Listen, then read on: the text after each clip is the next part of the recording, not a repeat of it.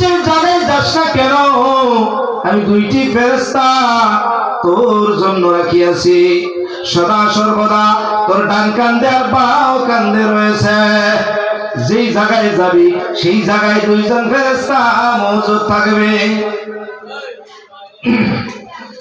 إذ يتلقى المتلقيان عن اليمين وعن الشمال قعيد إذ يتلقى المتلقيان যখন নাকি দুইজন লেখনেওয়ালা লেখেন, কি লেখে নিব? দুইজন লেখনেওয়ালা লেখে নিব। কি লেখে নিব? যদি ভালো করেছি ভালো লেখা নিবে, যদি মন্দ করেছি মন্দ। ডান কান্দে যিনি আছে নেকি লিখবে, বাম কান্দে যিনি আছে তিনি আমার গুনাহ এবং পাপ সমূহ লিখবে। একদম মওজুদ, এমন ভাবে লিখবো এর দাড়ি কুয়া পর্যন্ত ভুল হবে। সিনেমার রিলের ভিতরে ওটা কি আখর দিয়ে লেখে? সিনেমার রিলের ভিতরে আখর দিয়ে লেখে, হুবাহু যা করছে তাই, একদম ফটো আওয়াজ সবকিছু মওজুদ। এই দুই ফেরেশতা যার নাম আমরা সাধারণত বলে থাকি কি কিরামান কাতিবিন, আসলে এই দুইটা তাদের নাম নয়। কিরামান, কিরামান শব্দের অর্থ সম্মানীয় বুজুর্গ, কাতিবিন লেখক। কাতিবিন হলো লেখক, সম্মানীয় বুজুর্গ লেখক। এদের লেখার মধ্যে ভুল নাই, এদের লেখার ভিতরে সামান্য তন্ত্রটি নাই, এদের লেখার ভিতরে কমিও নাই বেশিও নাই, যা করছে তাই। একটা নেকের কাম করছে, একটা নেকে লেখা হয়েছে। দুইটা পাপের কাম করেছে, দুইটা পাপ লেখা হয়েছে। আমি একজন বাদশার ছেলে, আমি তিনটা পাপ করেছি, আমার জন্য দয়া করিয়া একটা লেখা হবে না। আর অমুক হইল সামারের ছেলে, ও দুইটা পাপ করেছে, ওই ফেরেশতা ওকে হীন বলিয়া তিনটা লিখবে না। আমরা মনে মনে ভাববো যে রাজার ছেলে, বাদ দেওয়ার ছেলে, সামারের ছেলে ধরেন। হ্যাঁ, রাজার ছেলে ভুল করতে পারে, তুই ভুল করলি কে? বুঝলেন নাই? এ ফেরেশতা দুইটার ওই ধরনের স্বভাব নাই, যা হইছে তাই। কিয়ামতের ময়দানে মুনাফিকের দল যেদিন আল্লাহ তাবারক ওয়া তাআলার সামনে দুই ফেরেশতা বলবে, আল্লাহ এই যে এদের আমলনামা যা করছিল তাই লিখেছি, এবার নিয়ে নাও, দেখো এর মাঝে কোন আমল রয়েছে, কোন নেকি রয়েছে, কোন পাপ রয়েছে।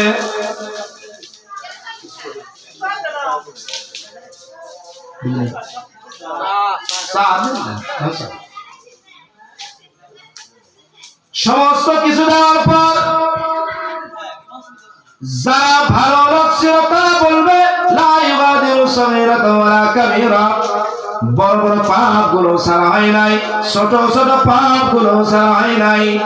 একটা আজীব কিতাব, এই কিতাবের ভিতরে ছোট্ট ছোট্ট পাপ গুলো ছাড়া হয় নাই, ছোট্ট ছোট্ট নেকি গুলো ছাড়া হয় নাই, বড় বড় পাপ গুলো ছাড়া হয় নাই, বড় বড় নেকি গুলো ছাড়া হয় নাই, সব লিখে দিয়েছে। একটা দাস্তান বাহির হয়েছে। মহাভারত আর কত বড়, রামায়ণের কাহিনী আর কত, তাহার চাইতে লম্বা কাহিনী, সেটা আপনার আমল নামাটা থাকবে। ও ভাই আমার, সেই সময় মুনাফিকের দলগুলো বলবে, আল্লাহ তোমার এই দুই ফেরেশতা এই যে পাপ গুলা লেখছে, এই পাপ আমি করি নাই, মিছা কথা লেখছে। মুনাফিকে কি বল? মিছা কথা। ও আল্লাহ, এই দুই সাক্ষী আমরা মানি না। ও ভাই, এবার ও ভাই কি উপায় আছে? মুনাফিকগণ বলবে, এরা সব মিথ্যা কথা লিখেছে, এই পাপ গুলো করি নাই রে আল্লাহ। এবার আল্লাহ বলবে, ও মুনাফিকের দল,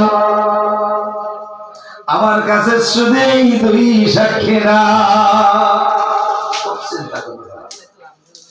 ও আমার কিয়ামতের ময়দানে আল্লাহ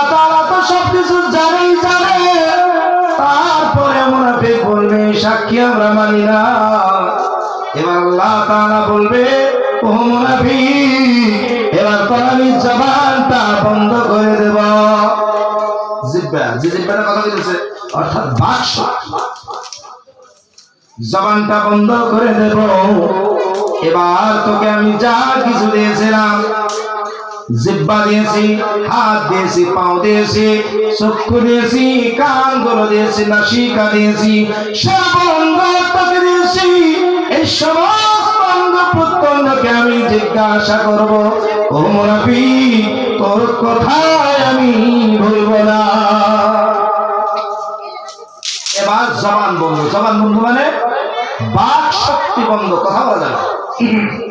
জিহ্বাই বলবে আল্লাহ এই মুনাফিক যা বলে সকল কিছু মিথ্যা।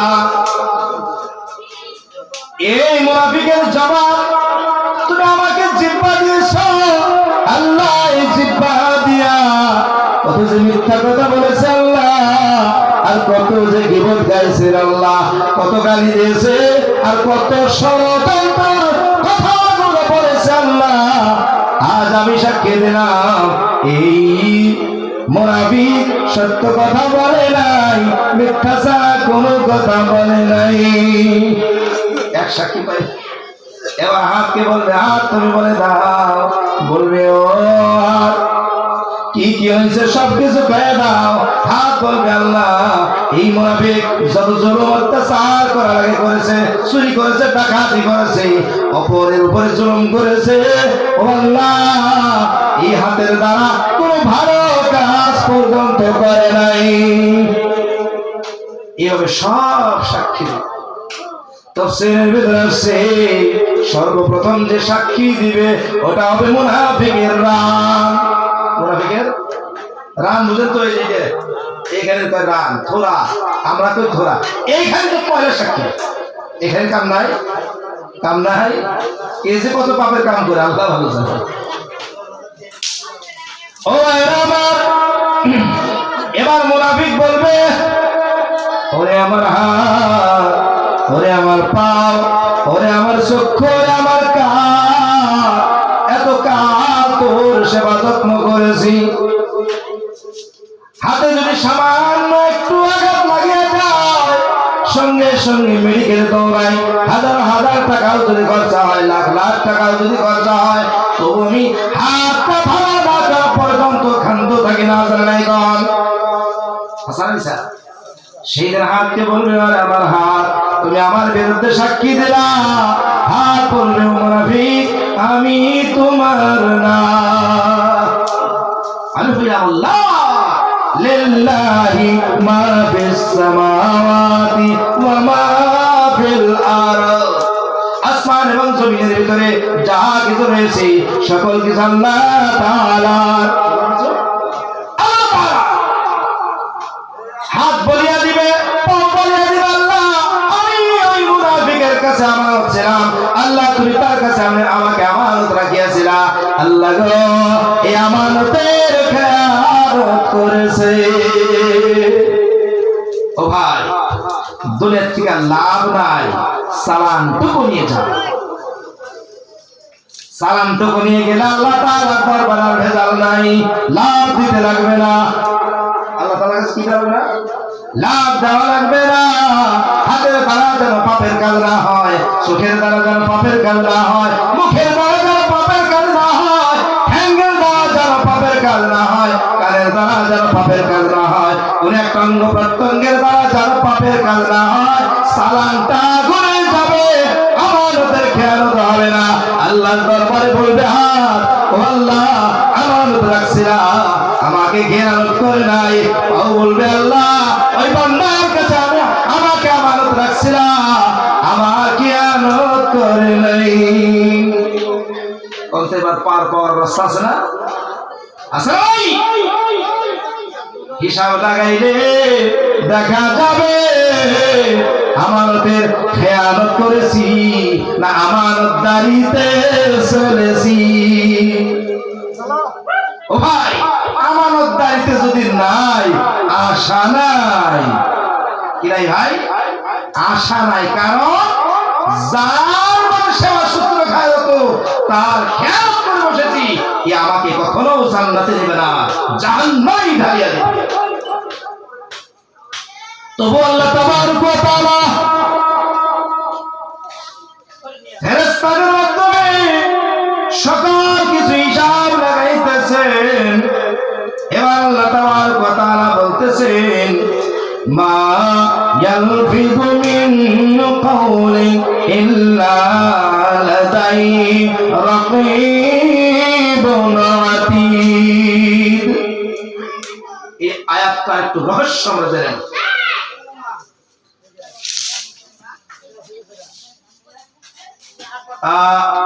কথা কওয়া হয় এক জিহ্বা আছে না, জিহ্বা যদি না থাকে একটা শব্দ বোঝা যায়।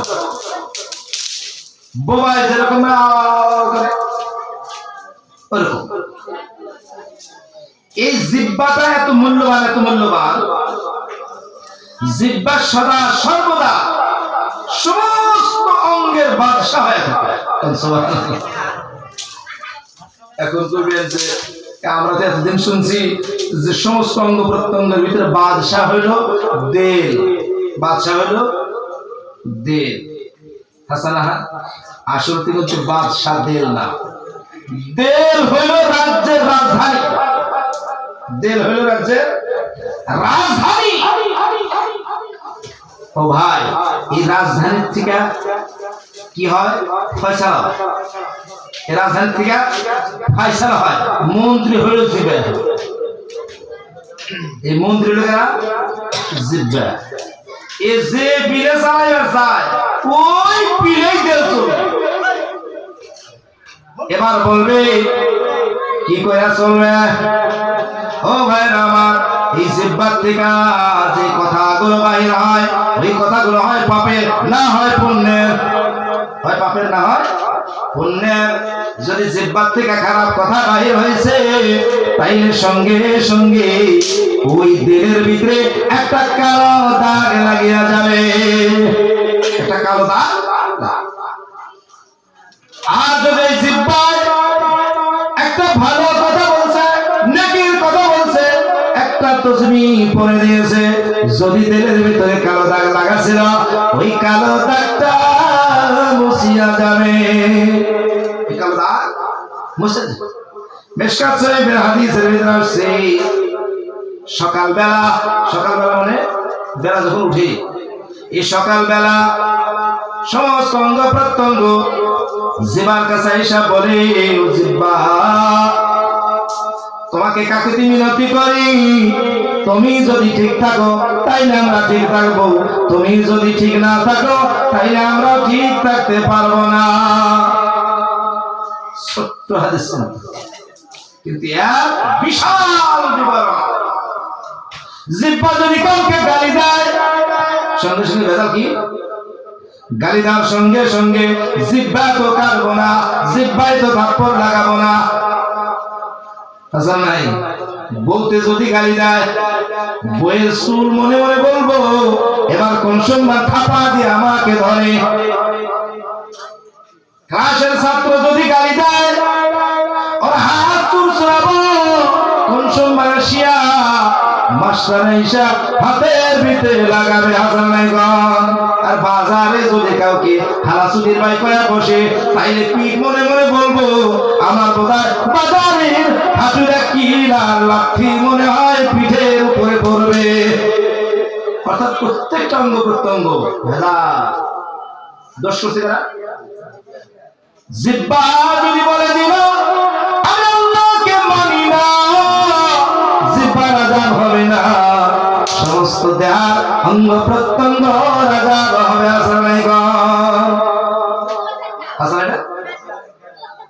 আর জিহ্বা যদি বলে লা ইলাহা ইল্লাল্লাহ, লা ইলাহা ইল্লাল্লাহ, আল্লাহর দরবারে লেখা পড়ে যাবে, জমিন হইতে আসমান পর্যন্ত সওয়াবের দ্বারা ভর্তি হয়ে গেছে।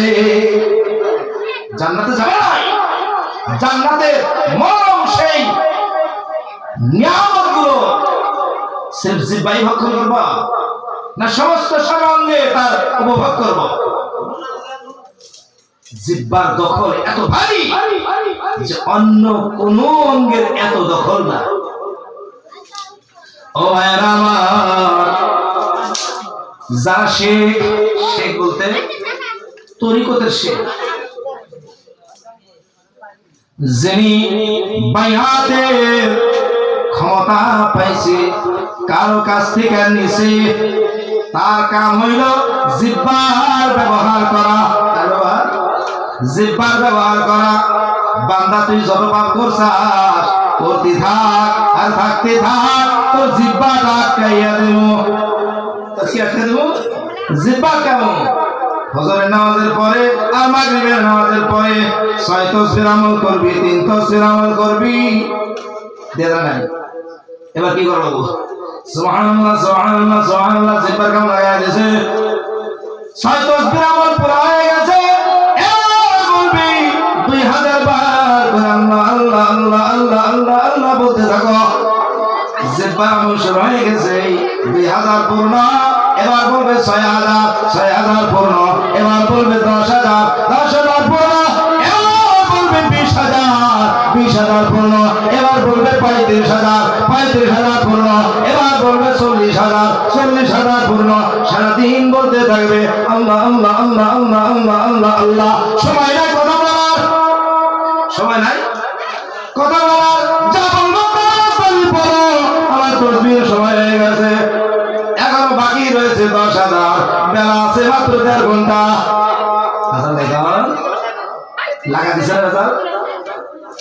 আল্লাহ আল্লাহ বলতে থাকবে, একবার করে আল্লাহ আল্লাহ বলবে, দিলের ভিতরে আল্লাহর নূর লাহে লাহে পৌঁছে যাবে। সুবহানাল্লাহ করে। জিহ্বার কাম হইল ও জায়গায় যদি আল্লাহর নাম আসে তাইলে দিলের ভিতরে তার নূর পৌঁছায় দেয়। আপনার সাহেব রাহমাতুল্লাহ আলাইহি মাজারিসের ভিতরে লিখেছে, যেই ব্যক্তিটা জিহ্বায় আল্লাহর নাম উচ্চারণ করে, আল্লাহ তাআলার নামের ভিতরে আল্লাহর নূর লুকাইয়া আছে। সুবহানাল্লাহ। যখন নাকি জিহ্বায় আল্লাহর নাম উচ্চারণ করে, সঙ্গে সঙ্গে জিহ্বায় আল্লাহর নূরটা বসিয়া যায়। আল্লাহর নূর বসার সঙ্গে সঙ্গে জিহ্বা প্রচার করিয়া দেহের ভিতরে পৌঁছাইয়া দেয়। দেহ যদি অন্ধকার থাকে, তাহলে অন্ধকারে ওই কালো দাগগুলো আল্লাহর নামের জিকিরের দ্বারা এক এক করে কাটতে থাকে। সুবহানাল্লাহ। কাটতে কাটতে কাটতে কাটতে দেহটা সাফা হয়ে যায়, রোশন হয়ে যায়, আল্লাহ তাআলার নূরটা বসিয়া যায়। যেদিন আল্লাহ তাআলার নূর বসিয়া দেহটা রোশন হয়ে যায়, ওই ব্যক্তির জন্য পাপের কাম করা অত্যন্ত মুশকিল হয়ে যায়। সব কি করতেছে? জিহ্বা না? কত জিহ্বা নাই? আল্লাহ রাসূল বলে দিয়েছে, ও দুনিয়ার লোকেরা, তোমরা 2টা অঙ্গের জিম্মাদারি নিয়ে নাও, আমি নবী তোমাদের বেহেশতের জিম্মাদারিটা নিয়ে নেব। সুবহানাল্লাহ। 2টা অঙ্গের জিম্মাদারি নাও, আমি তোমাদের জন্য বেহেশতের জিম্মাদারি নেব। কি সাধারণ কথা? আল্লাহ রাসূল বলতেছেন 2টা অঙ্গ, একটা হইল 2 সওয়ালের মাঝখানে, সওয়াল মানে গাল, সওয়াল মানে গাল, এই 2 গালের মাঝখানে কি আছে? হ্যাঁ, জিহ্বা। ও ভাইরা আমার, আরেকটা অঙ্গ 2টি রানের মাঝখানে রয়েছে। এই 2টা অঙ্গ যদি কেউ জিম্মাদারিত্ব নিয়ে নিতে পারে, এই 2টা অঙ্গ কোনদিন পাপের কাজে ব্যবহার করবে না। আল্লাহ রাসূল বলে দিয়েছে, তোমার জান্নাতের জিম্মাদারি আমি নিলাম। আল্লাহ রাসূল যে জিম্মাদারি নিয়েছে, ও জিম্মাদারি পুরা করব না? আল্লাহ রাসূল যদি তার জিম্মাদারি পুরা না করে, দুনিয়ার কে আছে এমন যে সেই জিম্মাদারি পূরণ করতে পারে? ও ভাইরা আমার, কিয়ামতের ময়দান এত বিভীষিকাময় ময়দান, যেই দিন আল্লাহ রাসূলের শাফায়াত ছাড়া বাঁচার কোনো রাস্তা নাই, বাঁচার কোনো রাস্তা নাই। কিয়ামতের ময়দানে সমস্ত লোকগুলো ইয়া নফসি ইয়া নফসি বলতে থাকবে, বরঞ্চ নবীগণ পর্যন্ত বলতে থাকবে। হযরত আদম আলাইহিস সালাম বলবে ইয়া নফসি ইয়া নফসি, নূহ আলাইহিস সালাম বলবে ইয়া নফসি ইয়া নফসি, ঈসা আলাইহিস সালাম বলবে ইয়া নফসি ইয়া নফসি, ইব্রাহিম আলাইহিস সালাম বলবে ইয়া নফসি ইয়া নফসি। কেন বলবে ভাই? কেন বলবে তারা ইয়া নফসি ইয়া নফসি ইয়া নফসি মানে কি? হায় আমি, হায় আমি, হায়। তাহলে আমার কি করতে হবে, আমার কি করতে হবে, সবাই এই চিন্তায় বিভোর। আদম আলাইহিস সালামকে বলবে, ও আদম তুমি শোনো বাবা, তোমার এই দুনিয়ার সকল সন্তান কিয়ামতের ময়দানে মহা বিপদে রয়েছে।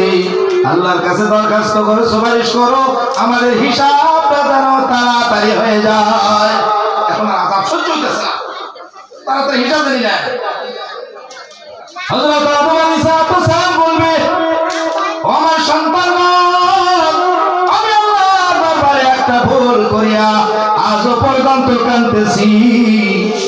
আমাকে আল্লাহ তাআলা বলেছিল, ও আদম রে, জান্নাতের ভিতরে গন্ধম খাইও না, আমি তা খাইয়া বলেছিলাম। এবার আমি কোন মুখে নিয়া আল্লাহর দরবারে যাব সুপারিশ করার জন্য? আমার চিন্তায় আমি বিভোর, আমার চিন্তায় আমি বিভোর।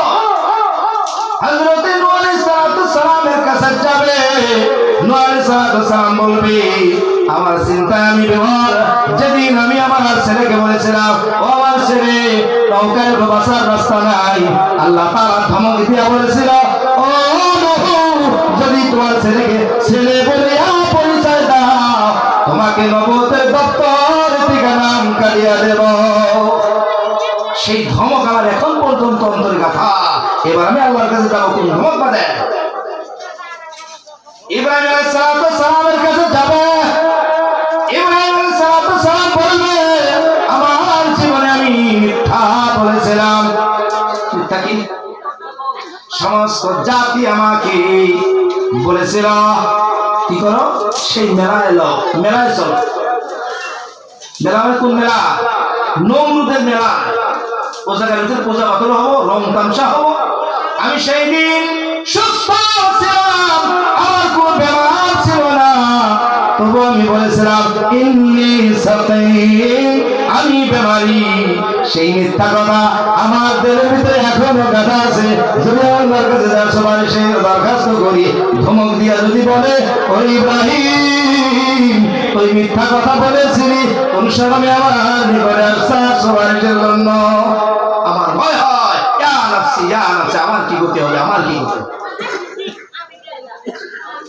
এরকম ভাবে সকল নবীগণ বলে দিবে, আমার কাছে আসিও না,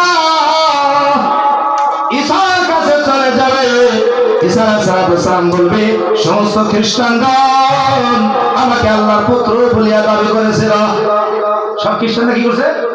আমরা আল্লাহর পুত্র বলে দাবি করছে। আমি এই চিন্তায় বিভোর, আল্লাহর কাছে যাবো, আমাকে কোন ধমক দিয়া বসে। তোমরা সবাই আখির নবীর কাছে চলে যাও, যদি পারে সেই পারবে, তাছাড়া আর কেউ নাই। সমস্ত লোকগণ আল্লাহর নবীর কাছে চলে যাবে। আখির জামানার নবী হযরত মুহাম্মদ রাসূলুল্লাহ সাল্লাল্লাহু আলাইহি ওয়াসাল্লাম, সমস্ত গোটা জাতি, সমস্ত মানব জাতি মহা বিপদে রয়েছে। আমাদের মঞ্জার, আমাদের বিভীষিকাময় কষ্টগুলো কেউ সহ্য করতে পারতেছে না। আপনি আল্লাহর কাছে দরখাস্ত করুন, আল্লাহর কাছে সুপারিশ করুন, সকলের হিসাব যেন জলদি হয়ে যায়। এবার আল্লাহ রাসূলের পালা। আল্লাহ রাসূল সাল্লাল্লাহু আলাইহি ওয়াসাল্লাম সিজদায় পড়ে যাবে। সুবহানাল্লাহ। সিজদায় পড়ে যাওয়ার পর আল্লাহর কাছে রদন করবে, আল্লাহ, সমস্ত গোটা জাতি মহা বিপদে, এবার তুমি তাড়াতাড়ি হিসাবের ব্যবস্থা করো। আল্লাহ তাআলার কাছ থেকে কি নিয়ে নেব? সুপারিশের দায়িত্ব। কিসের দায়িত্ব? সুপারিশের দায়িত্ব। এই সুপারিশের দায়িত্ব কিন্তু ছোটখাটো দায়িত্ব না। যে দায়িত্ব আল্লাহ তাআলা কাউকে দেন, আর এই সুপারিশের দায়িত্ব যেটা, এটাই হলো ওসিলা, এটাই হলো ও ভাইয়েরা আমার খুব ভালো করে বুঝলেন। এই যে যেটা কোরআনের ভিতরে যে আছে ওসিলা তলব করো, ওসিলা তালাশ করো, ওসিলা তালাশ যেটা আমরা বিভিন্ন রূপে নিয়েছি না وسيلة اللهم رب هذه الدعوة التامة والصلاة القائمة آت محمدا الوسيلة والفضيلة দোয়াটা আছে না হাদিসের ভিতরে দিছেন না এটা কিসের দোয়া ভাই আযানের পরের দোয়া এটা এই দোয়া তো জরুর পড়তে লাগে আল্লাহ রাসূল বলেছে ওয়াসিলার দায়িত্বের জন্য আমাকে তোমরা সিলেকশন করিয়া আল্লাহর কাছে বারবার বলো ও আল্লাহ ওয়াসিলার ক্ষমতাটা হযরত মুহাম্মদ রাসূলুল্লাহ সাল্লাল্লাহু আলাইহি ওয়াসাল্লামকে দিয়ে দাও। কারণ যদি আল্লাহ তাআলা আমাকে ক্ষমতাটা দেয় তাইলে গোটা জাতিটা আমি আল্লাহর দরবার হইতে বাঁচাইয়া নিব। সুবহানাল্লাহ। আর দায়িত্ব আল্লাহ তাআলা দিবে, দায়িত্ব আল্লাহ তাআলা আল্লাহ রাসূলকে দিবে। ওয়াসিলা এক নম্বর ওয়াসিলা, দুই নম্বর ওয়াসিলা আল্লাহ তাবারক ওয়া তাআলা যে ওসিলার কথা বলেছেন, সেই ওসিলার কথা বলেছেন ওটা হলো আমল। কি ভাই আমল?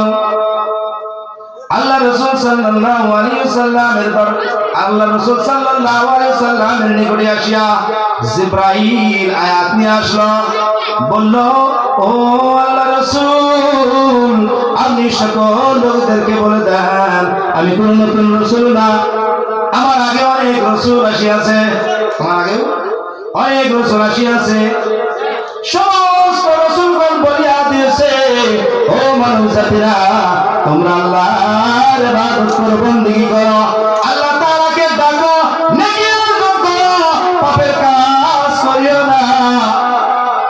সমস্ত লোকের এক কথাই বলছে আল্লাহ তাআলা এক আল্লাহ তাআলার ইবাদত বندگی করো, সবাইকে একই বলছে। হাসান নাই কাজে আমি কোন নতুন রাসূল না, কুল মা কুনতু বিদআন মিনার রাসূল।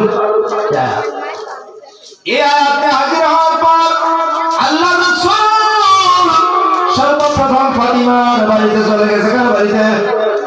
সব চাইতে আদরের লোক সে হযরত ফাতিমা। আল্লাহ রাসূল ফাতিমার চাইতে দুনিয়ায় কাউকে বেশি ভালোবাসে নাই। ফাতিমা থেকে বেশি ভালো আল্লাহ রাসূল দুনিয়াতে কাউকে বাসে, এত ভালোবাসতো যে তার নজির পৃথিবীতে নাই। ফাতিমার বাড়িতে সর্বপ্রথম আয়াতটা চলে গেল। ফাতিমাকে বলল ও ফাতিমা সবাইকে ডাকো, হাসানকে ডাকো, হুসাইনকে ডাকো, আলীকে ডাকো। সবাইকে ডাকার পর বলতেছে ওরে ফাতিমা কিয়ামতের ময়দানে এই দাবি করিয়া বসিয়া থাকিও না আমার বাবা আল্লাহর কি নবী তার উসিলা দিয়া পার হয়ে যাব, পারবা না। যদি কষ্ট চাও এই দুনিয়া হইতে তুমি আমল তৈয়ার করে নিয়ে যাও, আমল তৈয়ার করে নিয়ে যাও, পাপ দুনিয়ায় বিদায় দিয়ে নিয়ে যাও। তোমার গায়ে যারা পাপ থাকে না আমলের বোঝা নিয়ে চলে যাও। যদি তুমি আমল নিয়ে যাও তোমার আমল যাইয়া কিয়ামতের ময়দানে মিজানের পাল্লাটা ভারী করে দেবে। আল্লাহ তাবারক ওয়া তাআলা তোমার ডান হাতে জান্নাতের সার্টিফিকেট দিয়ে দেবে। কোন সুবহানাল্লাহ। এই জায়গায় বোঝা গেল সেটা কি কোন ওসিলা কোনটা? নামাজ, দাওয়াত, যাকাত। সুবহানাল্লাহ সুবহানাল্লাহ, আলহামদুলিল্লাহ আলহামদুলিল্লাহ, লা ইলাহা ইল্লাল্লাহ লা ইলাহা ইল্লাল্লাহ, আল্লাহু আকবার আল্লাহু আকবার। আল্লাহ তাআলার ওসিলা বারবার পড়তে থাকো, তেলাওয়াত করতে থাকো। আল্লাহ তাআলা তোমার আমলনামাটা নেকির দ্বারা পূর্ণ করে দেওয়ার পর কারো দরকার পড়বে না জান্নাতে যাওয়ার জন্য। তোমার সম্বল নিয়ে তুমি জান্নাতে চইলা যাইবা। এটা হলো ওসিলা। আর একটা ওসিলা কোনটা আছে রে ভাই? এবার বলতেছি আর একটা ওসিলা, মানুষের কাছে বায়াত করবো, আর কোন কিছু করা লাগবো না, সকল কিছু তার উপরে ছাড়িয়া দিলাম। ওসিলা ধরছি আমার বিষবে নিয়া জান্নাতের ওই পুরীতে পৌঁছাইয়া দেব জীবনের পরে ভাবিয়া কোনদিন লাভ হবে না আর পিসাব তো ওসিলা ওসিলা পীর সাহেব বলবে সুবহানাল্লাহ সুবহানাল্লাহ বলো আলহামদুলিল্লাহ আলহামদুলিল্লাহ বলো লা ইলাহা ইল্লাল্লাহ লা ইলাহা ইল্লাল্লাহ বলো আমি পীর সাহেবের দামন ধরে থাইকা কোনো লাভ হবে না আসলে কত পীর সাহেব যে যাবো রে ভাই ওরা কই যাবো জাগাত যাবো একদম জাগা মাকাল করিনুহু আয়াতটা শুনে এটার মধ্যে আছে মাকাল করিনুহু হাদা মা লাদাইয়া আতীদ ওই ফেরেশতা যে ফেরেশতার সাথে আছে সদা সর্বদা সাথে আছে আল্লাহ দরবারে যাইয়া বলবে আল্লাহ এর নিগরানির জন্য আমাকে রাখিয়াছিল আমার দরবার পর্যন্ত পৌঁছায় দিয়েছিল আল্লাহ এই যে মুজরিম নিয়ে নাও হিসাবটা তার কাছে গানিয়ে নাও অর্থাৎ মুজরিম হাজির করছে মুজরিম হাজির আল্লাহ তাআলা বলবে আলকিয়া ফি জাহান্নামা কুল্লা কাফফারিন আনীদ এবার খুব ভালো জানো আল্লাহ তাআলা কি হুকুম দেব আলকিয়া ঢালিয়া দাও ফি জাহান্নামের ভিতরে কাকে কুল্লা কাফফারিন আনীদ যে কঠোর কাফির মানে আমল করে নাই বলেছে বাপ দাদার ধর্মতে চলি কোরআন হাদিসের দরকার নাই বাপ দাদাই যা করে গেছে তাই আমরা করব কোনো কিছু আমাদের আর করা লাগবে না কঠোর কি কঠোর কোরআন হাদিস মানব না আল্লাহ রাসূলকে মানব না কাকে মানব এই মূসা নবী সাহেব যিনি নাকি জীবনে ভাঙ খাওয়া দেয় না দুর্গন্ধ আর ভক্তদেরকে বলে চতুর্দিক দিয়ে ভাঙ খাও দেখেন না ঘুমরা সময় ঘুম আর ইনি বলে কি বলে ইল খালা একদম ইল লাগে যে একদম দুনিয়া কাবা ভালো সারা দুনিয়ার লোকে বলে ইল্লাল্লাহ আরে বলে ইল খালা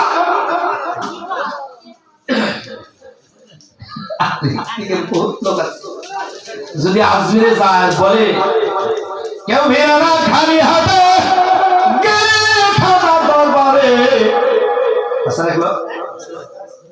এটা উসিলা ও ভাইরা আমার মনটা ভালো এমন লোকের হাত ধরেছে ভালো লোকটা জাহান্নামের রাস্তা নিয়েছে ভাইয়ের গুলো সত্যি তার আখলাক চরিত্র ভালো কিন্তু এমন একজন মানুষের হাতে বায়াত করছে বাস কে টান বানিয়েছে কোন জায়গায় জাহান্নামের কিনারে খেলা করেছে মরলেই মানে জাহান্নামে যাবে এটা হলো ওই ফেরেশতার কথা যে নাকি ওই মানুষটার সারা জীবনের নিগরানি ছিল এবং কিয়ামত পর্যন্ত থাকবে ওই লোকটাকে আল্লাহর দরবার পর্যন্ত পৌঁছে না দেওয়া পর্যন্ত ওই ফেরেশতা তার কিছু ছাড়বে না এই ফেরেশতা ওয়াকালা কারিনুহু তার সাথী বলবে অন্য একটা ওয়াকালা কারিনু এই জায়গার ভিতরে আরেকটা আসছে ওয়াকালা কারিনু রব্বানা মা তুবাইতু ওয়ালাকিন কানা বি যালালিন বাঈদ এই আয়াতের তাফসীর এত সুন্দর এই জায়গার ভিতরে যিনি ওয়াকালা কারিনু বলতেছেন ওটা হইল শয়তান এটা হইল তার সঙ্গে শয়তান তা বলবে ও আল্লাহ এই ব্যক্তিটাকে আমি গুমরাহ করি নাই পথভ্রষ্ট করি নাই তোমার রাস্তা থেকে এই ব্যক্তিটাকে আমি সরাইয়া দেই নাই ওয়ালাকিন কানা ফি যালালিন বাঈদ ওই ব্যক্তিটা আসলে নিজেই দূর হয়ে গেছে একটা দূর গুমরাহির ভিতরে এই ব্যক্তিটা নিজেই গেছে আমার দোষ দিয়া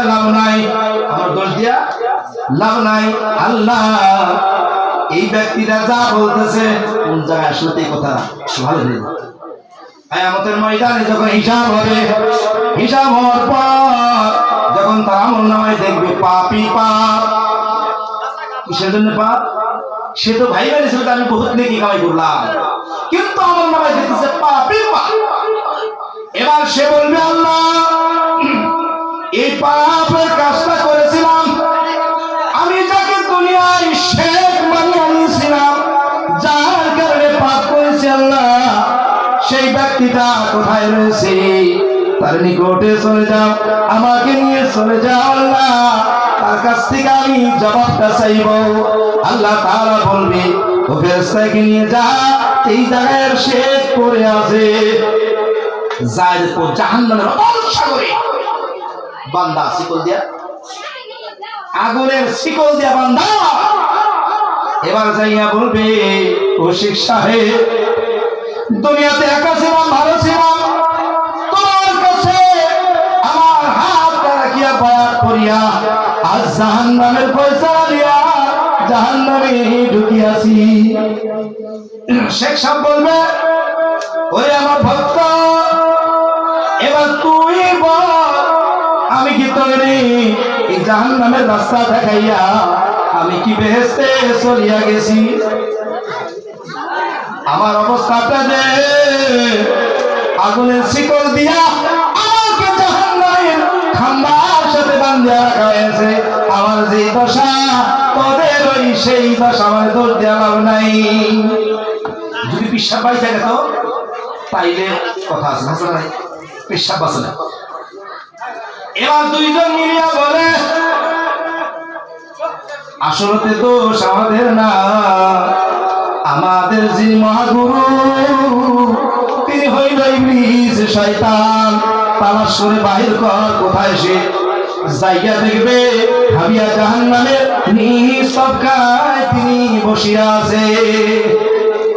ভাবিয়া জাহান্নামের নিজ তবকায় বসে আছে। এবার তারা যাইয়া ওই জায়গায় দেখবে মহাশয়তান সেই জায়গায় তার সমগ্র দেহটা আগুনের জিঞ্জির দিয়া বাঁধা রয়েছে। শয়তানকে বলতেছেন ওরে শয়তান, তোর জন্য আজ আমাদের এই অবস্থা, আজ হারিয়া জাহান্নামের অতল সাগরে পড়ে আছি।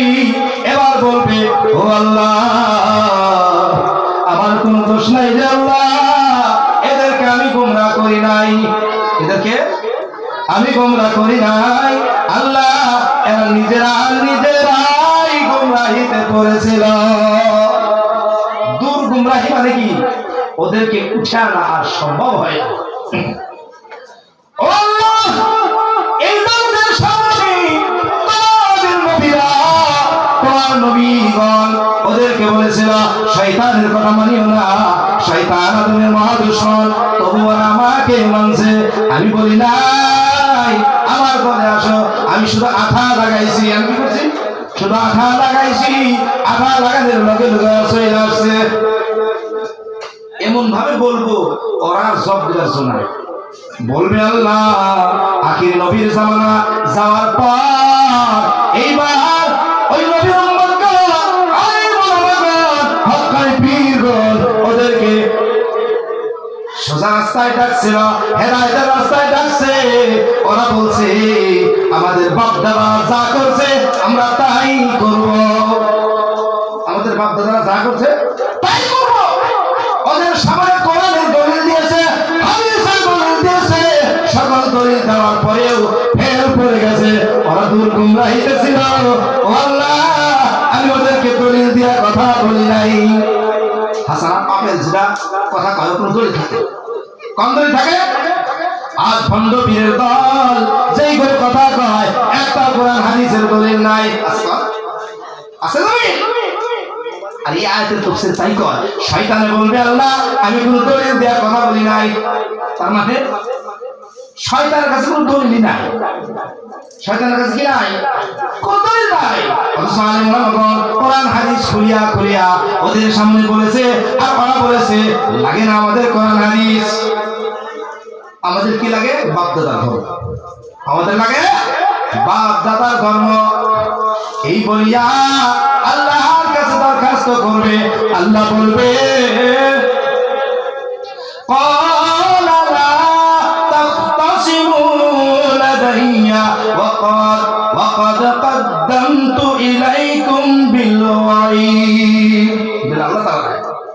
আল্লাহ তাআলা বলবে লা তাকতাসিমু, এই জায়গাটা লড়াই করার জায়গা, তোমরা লড়াই করিও না। লাদাই আমার সামনে তোমরা লড়াই করিও না। সমস্ত আয়াতগুলো দিয়ে আমার ওয়াদাটা পাড়িয়ে দিয়েছি, আমার হুঁশিয়ার বাণী পাড়িয়ে দিয়েছি। তোমরা আমার হুঁশিয়ার বাণী মানো নাই, এবার জাহান্নামে তোমরা থাকা লাগবে। এবার শয়তান মনে মনে কয় আর ভেজাল নাই, এখন ভেজাল নাই। এবার শয়তান ওদেরকে শান্তি দিয়া বলবে, সান্ত্বনা দিবে, হে মহাদুষ্ট দেখো আমাকে আমার সর্বাঙ্গ আগুনের জিঞ্জির দিয়া বাঁধা রয়েছে। ওদেরকে আমি গুমরা করে আমি কি বেহেশতে গেছি? ওদের কোন জব থাকবে? একটাই জব, ও আল্লাহ ভুল করেছি। জাহান্নামের ভিতরে হলো কি আল্লাহ ভুল করেছি। সূরা আলিফ লাম মিম সিজদার ভিতরে লেগেছে আল্লাহ গো ভুল করেছি। এবার যদি দুনিয়ায় যাওয়ার কোন রাস্তা আছে আমাদেরকে দুনিয়ায় পাঠাইয়া দাও। দুনিয়ায় যাওয়ার যদি কোন রাস্তা আছে তাই পাঠায়। দুনিয়ায় আসার কোন রাস্তা আছে? আছে আশা? ও ভাইয়ের আমার, দুইবার জীবন দুইবার মরণ, দুইবার মরণ দেওয়ার পর দুইবার জীবন দিয়েছে আল্লাহ তাআলা, আর দ্বিতীয়বার মৌত দিয়ে জীবন দিবে না। দুইবার মরণ দুইবার জীবন। এবার মনে মনে ভাবতেছি কে মরণ দিয়ে নাই দুইটা করে জীবন, সেটা দুইটা দুইটা লাগে কথা আছে। আর একটা শুনি বলে মরার পরে আর একটা জীবন আছে, ওইটা শুনি দুইটা মরণ করবো। আল্লাহ তাআলা বলেন কাইফা তাকফুরুনা বিল্লাহ, কেমন করে তোমরা আল্লাহকে অবিশ্বাস করো। ওয়া কুনতুম আমওয়াতান, অথচ তোমরা ছিলে মৃত। ফাআহইয়াকুম, তারপর তোমাদেরকে আবার জিন্দেগি দিয়েছি। ফাআহইয়াকুম সুম্মা ইউমীতুকুম, আবার তোমাদেরকে মরণ দেওয়া হবে। সুম্মা ইউহয়ীকুম, আবার তোমাদেরকে জীবন দেওয়া হবে। সুম্মা ইলাইহি তুরজাউন, তারপর তোমরা তার নিকটে ফিরে যাবা। এর বাইরে না, এর বাইরে। এবার আল্লাহ তাবারক ওয়া তাআলা ওদেরকে বলবে দুইবার মরণ দিয়া তোমাদেরকে দুইবার জীবন দিয়েছি। দুনিয়ার জিন্দেগিটা আমাদের পরীক্ষার জন্য দিয়েছিলাম, পরীক্ষায় ফেল করেছো, এবার আর চান্স নাই, দ্বিতীয়বার আর চান্স দেওয়া হবে না। দ্বিতীয়বার কি নাই? চান্স নাই। এবার কোন তো তাদের শাস্তি বেড়ে যাবে না? বেড়ে যাবে নাই? ও ভাই আমার, দুনিয়ার চান্স একদম সর্বশেষ চান্স, এরপরে কোনো চান্স নাই। এই দুনিয়া হইতে নিঃশ্বাস বাইর হয়ে যাওয়ার পর ও ভাই আমার কোনদিন দুনিয়ায় ফিরে আসতে পারবো না। ওই পরিতে যাওয়ার পর ভালো মন্দ বিচার হওয়ার পর হয় আমার জায়গাটা জান্নাতে হবে, না হয় জাহান্নাম, না হয় জাহান্নাম। ও ভাই আমার, এই দুনিয়া হইতে বদমাশি করার দরকার নাই, এই দুনিয়া হইতে মনে করা চলার দরকার নাই। ও ভাই আমার, কোরআন হাদিসে যা কিছু দিয়েছে ওই মতে যদি চলা যায় তাহলে পার হওয়ার রাস্তা আছে, পার পাওয়ার রাস্তা আছে, তাছাড়া পারি পাওয়ার কোনো রাস্তা নেই। ও ভাই, দুনিয়া বিভিন্ন সময় সবচেয়ে মূল্যবান সময় কোনটা ভাই? এই দুনিয়া আমাদের জিন্দেগির সবচেয়ে মূল্যবান সময়টা কোনটা? হ্যাঁ, কোনটা কেউ বলতে পারবো না? এটা আমাদের একটা জিন্দেগি দিছে নাই, হায়াত। এই হায়াতটা কোনখানে অংশ সবচেয়ে মূল্যবান? কোন দেখি কেউ কিছু বল। কিয়ামতের ময়দানে চারটি প্রশ্ন। কয়টা প্রশ্ন ভাই? চারটা প্রশ্ন। কবরের ভিতরে তিনটা প্রশ্ন। কবরের ভিতরে কয়টা? তিনটা। কিয়ামতের ময়দানে চারটা। একটা বের করুন। কবরের তিনটি প্রশ্নের সাথে কিয়ামতের ময়দানের চারটি প্রশ্নের একটারও মিল নাই। এটা হলো প্রথম পরীক্ষা। আর ফাইনাল হলো কিয়ামতের মধ্যে। এটা হলো প্রথম পরীক্ষা। কোনটা? কবরটা। আর কিয়ামতের ময়দানে পরীক্ষা হলো ফাইনাল পরীক্ষা। আর দুনিয়াটা হলো টেস্ট। যেটা চলছে টেস্ট। এইটা তোমাকে টেস্ট করো। কবরের ময়দানে তিনটা। মান রব্বুকা, প্রথম প্রশ্ন কি? মান রব্বুকা। দ্বিতীয় প্রশ্ন মান নবিয়ুকা। তৃতীয় প্রশ্ন কি ভাই? মা দীনুকা। এই তিনটে ইহার সহজ না? মান রব্বুকা, তোমার প্রভুকে। মান নবিয়ুকা, তোমার নবীকে। মা দীনুকা, তোমার ধর্ম কি? একদম সহজ প্রশ্ন, একটা সহজ প্রশ্ন না হয়। ও ভাই আমার, পরীক্ষার ভিতরে যদি নকল করতে দেওয়া হয়, আচ্ছা নাই কোশ্চিন দেওয়ার আগেই কয়ে দিল এই যে এই কয়েকটা পরীক্ষা বলে 6 মাস আগে কয়ে দিল পুরা, মানে একদম এর কিতাব একদম অন্য জায়গাতে খাবার দিয়া যে কয়েকটা কোশ্চিন আছে ওই কয়েকটা একদম মুখস্থ করে শেষ। পরীক্ষা লেখা সহজ? সহজ না? আল্লাহ তাআলা আগে বলে দিয়েছে তিনটা প্রশ্ন করা হবে। মান রব্বুকা, তোমার প্রভুকে। মা দীনুকা, তোমার ধর্ম কি? মান নবিয়ুকা, তোমার নবীকে। উত্তরটা সোজা দেওয়া যাবে না। উত্তর যদি বলে আমার প্রভু আল্লাহ, উত্তর হবে না। উত্তর হবে না। আর যদি বলে আমার ধর্মটা ইসলাম, উত্তর হবে না। উত্তর হবে না, কারণ কি? সত্য কথা। মান নবিয়ুকা, তোমার নবী কারা? যদি বলে আখির নবী হযরত মুহাম্মদ রাসূলুল্লাহ সাল্লাল্লাহু আলাইহি সাল্লাম, উত্তর হবে না। এবার উত্তর কি তাহলে? রাযীতু বিল্লাহি রাব্বা ওয়া বিল ইসলামি দীনা ওয়া বি মুহাম্মাদিন নাবিয়্যা ওয়া রাসূলা, নাবিয়্যা ওয়া রাসূলা। উত্তরটা এরকম হলো, রাযীতু বিল্লাহি রাব্বা, আমার প্রভু আল্লাহ হওয়ার ক্ষেত্রে আমি সন্তুষ্ট। উত্তর কি ব্যাপার? ওয়া বিল ইসলামি দীনা, আমার ধর্মটা ইসলাম হওয়ার উপর আমি সন্তুষ্ট। আর আমার নবী মুহাম্মদ হওয়াটা আমি সন্তুষ্ট। উত্তরটা ঠিক গেল না? ঠিক গেল নাই? তার মানে হইল এই উত্তরটা কলম দিয়া লেখা উত্তর নয়, জীবনের সর্বাঙ্গ দিয়া উত্তরটা লেখা লাগবে। আমার হাত আল্লাহর হুকুম ছাড়া চলে না। এই দায়রাটা ইসলামের বাইরে যায় না। আমার নবীর তরিকা ছাড়া আমি চলি না। এটাই হইল উত্তর দুনিয়ায়। এই উত্তরটা যদি দেওয়া যায়, কবরের ভিতরে ভেজাল নাই। ফেরেশতাগণ প্রশ্ন করিয়া বিপদে পড়ে যাবে। ফেরেশতারা প্রশ্ন করিয়া বিপদে পড়বে। এই কবরে এই তিন প্রশ্ন, ও বলে তাহাজ্জুদের নামাজ পড়ছে আর জীবনে ও ফেরেশতা থেকে বুঝবই না। বুঝবো যদি কা পাঁচ ওয়াক্ত নামাজ কি বলছিলি কা? তোর নবী কেরা? আমি তো মুহাম্মদকে মানছি, তোর নবী কেরা? এই দুই ফেরেশতা ওই তিন উত্তর বাহিনী ছিল না। এই দুই ফেরেশতা ওই তিন উত্তরের বাইরে কিচ্ছু না।